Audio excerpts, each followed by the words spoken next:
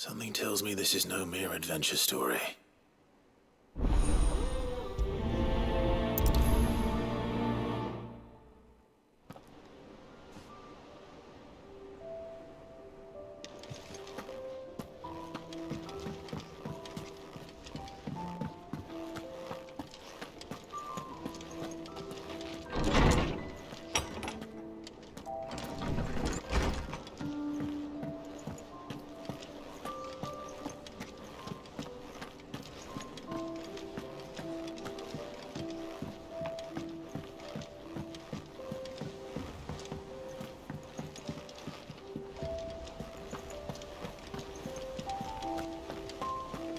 There's something about it. I feel like it's calling to me.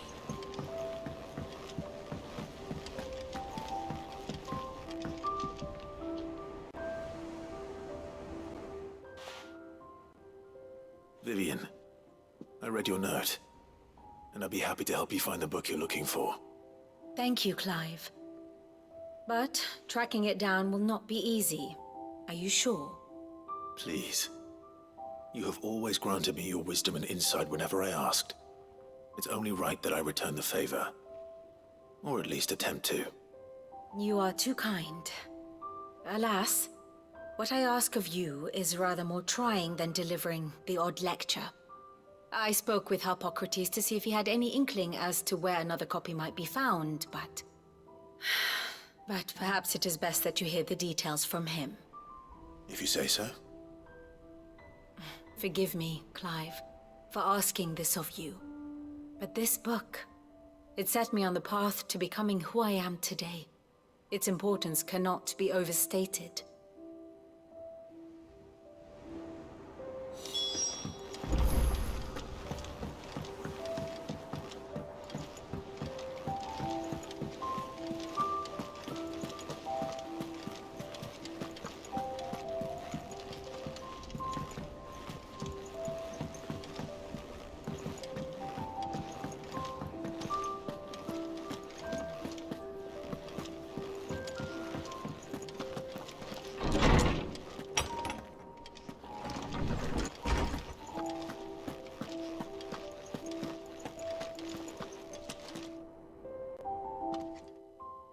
Clive, my boy.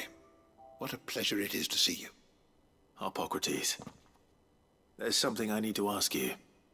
I've been charged with locating a book called From a Distance. Then you seek a rare gem indeed. One whose name I had not thought to hear from your lips. You've been talking to Vivian. Right as always. But she didn't seem keen to tell me very much. I take it she didn't like what you had to say. And yet I gather it did naught to dissuade her. Clive, if the young professor has tasked you with obtaining a copy, I fear she asks the impossible. The executors would not allow it. The executors? Coveters of secrets. A clandestine organization committed to the collection and intenebration of forbidden texts and technologies. One such text being the tome Vivian seeks, chronicling as it does the true history of the enslavement of bearers, a tale which could overturn the established order were it ever to become widely known. Or, so rumor has it. I've never actually read the thing, or even set eyes on it for that matter. How is it that I haven't heard of this organization? Why, secrecy is the executor's watchword. They lurk in the shadows, emerging only to seize that which must be seized, be it books, inventions, or people, before disappearing again, leaving nary a trace. Which would explain why Vivian's copy was snatched from her grasp not long after she found it. By the hand of the executors, yes. But what drives them? Self-interest or ideology? Fine question. Sadly, all that is known of the executors can be recounted in a single breath. You may just as soon ask me of their origins, numbers, or the identities of their leaders. Any answer I give would be pure speculation. My hunt was doomed from the first. What was Vivian expecting? That I'd pluck it from thin air? Not from thin air, no. From ash. Rumors of the executors are rife among the scholars of Storm, but rather less so across the strait. I have a friend. Well, I had a friend in the village of Garnick, a collector of rare tomes, upon which subject we would oft correspond. Alas, I have heard naught from him since the skies fell dark. And no doubt he too has turned. But though he did not mention it by name, it is possible that a surviving copy of From a Distance yet rests upon one of his many shelves, quietly awaiting discovery. If you were, by some chance, able to save even a single book from the poor man's library, I know his soul would rest easier. Very well. When I next find myself in Waloed, I'll be sure to pay Garnick a visit.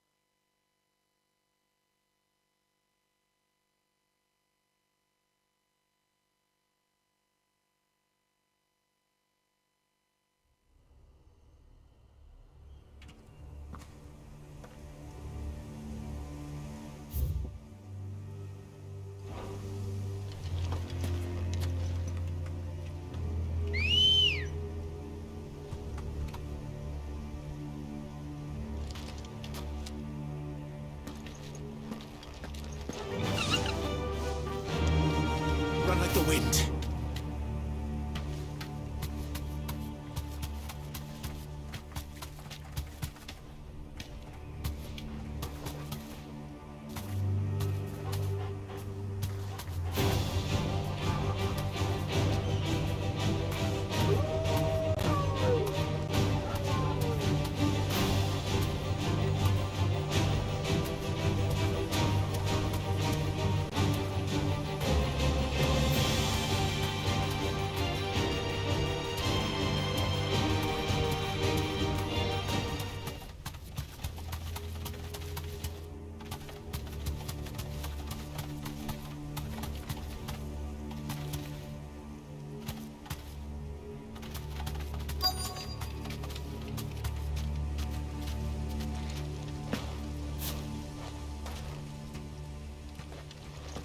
The entire village looks abandoned. Now, which house would a bookworm live in?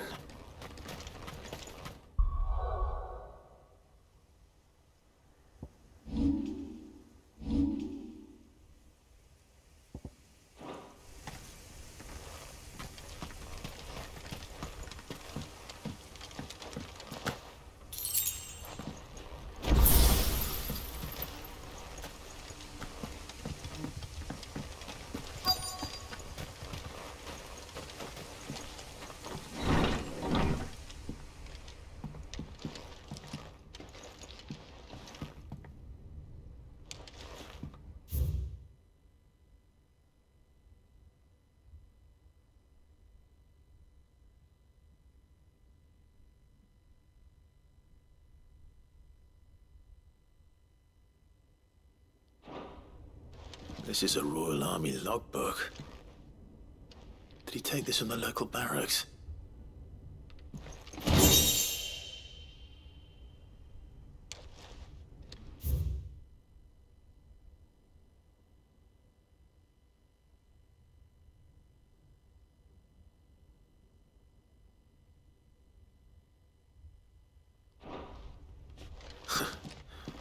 His interests were certainly varied.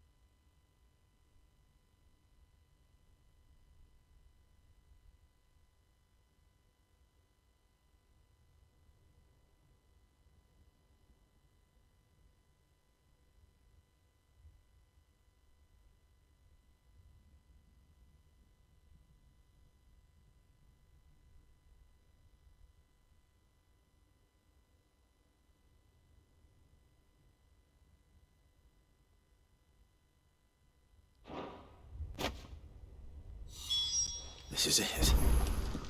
But if what it says is true, I need to get this back to the hideaway.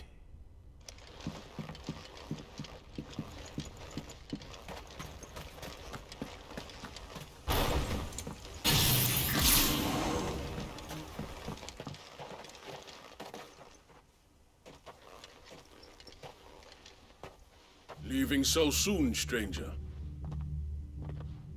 We've been watching you. From a distance, so to speak. Subtle. I know who you are. Then we need not waste time on introductions. Hand me the book. Leave it in our care and return to your life. Your care? Do you mean to burn it or bury it? That is not my decision to make. But by one means or another, its contents shall be removed from the common record. Then I'll have to politely refuse. I won't let you erase our history. Then we find ourselves at an impasse. Very well. The book can just as easily be pried from your dead hand.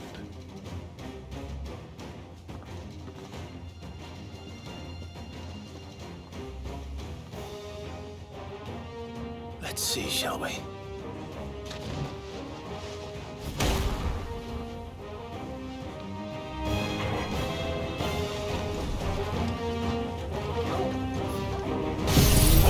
Kill!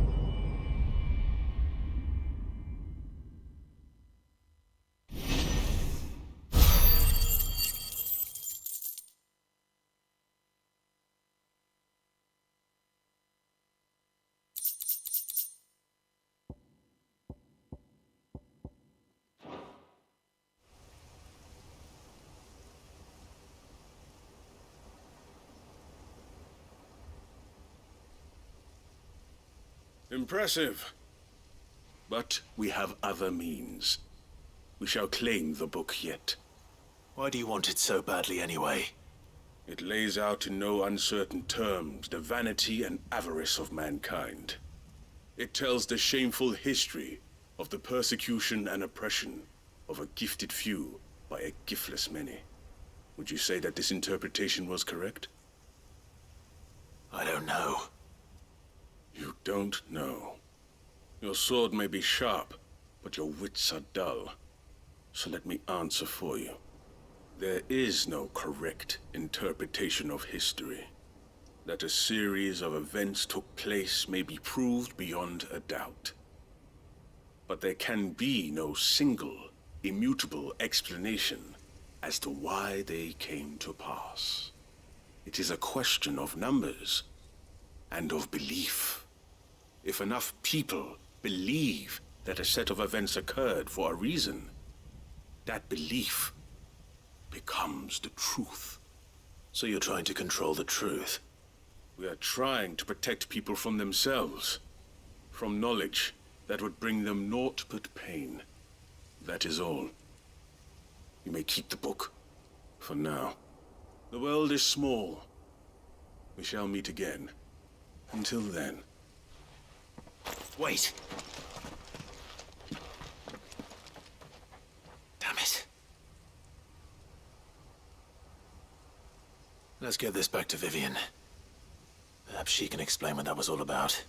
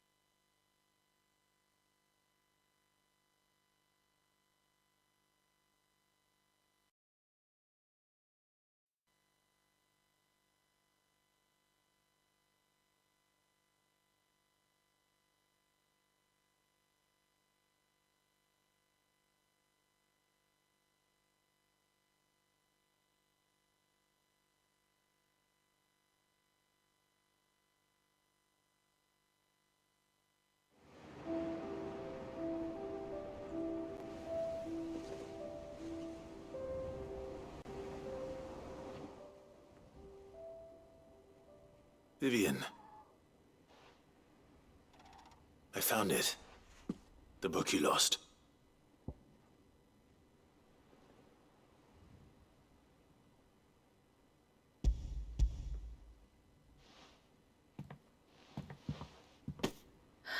You found it. Thank you, Clive. Even though I asked this of you, I was not entirely sure it would be possible. I feared the executors had seized every copy. I met with one of these executors, and I convinced him to let me keep it. He told me something. That the truth is just a matter of collective belief. And that if enough people believe a lie, that lie becomes the truth. It does. But it also means that the truth is not immutable. That it can be changed. Provided that those who wish to change it can convince enough people that their perspective is the correct one. As the sad history of the bearers proves. You said that the book inspired you to become a scholar. It did. Or its author, rather. She was a heretic, you see. A firebrand and a dissenter. A gallows stood ready for her in every corner of the realm. And by shunning society, or perhaps being shunned by it, She stumbled upon a truth so potent that an entire realm trembled at the prospect of its utterance. I, too, have always felt somehow set apart from the world of men. A stranger to my own species. She taught me that my solitude was not a curse, but a gift. And that, though my journey to the truth might be a lonely one, what I found at my destination would be more than worth the cost. Do you still feel that way? That you're not one of us?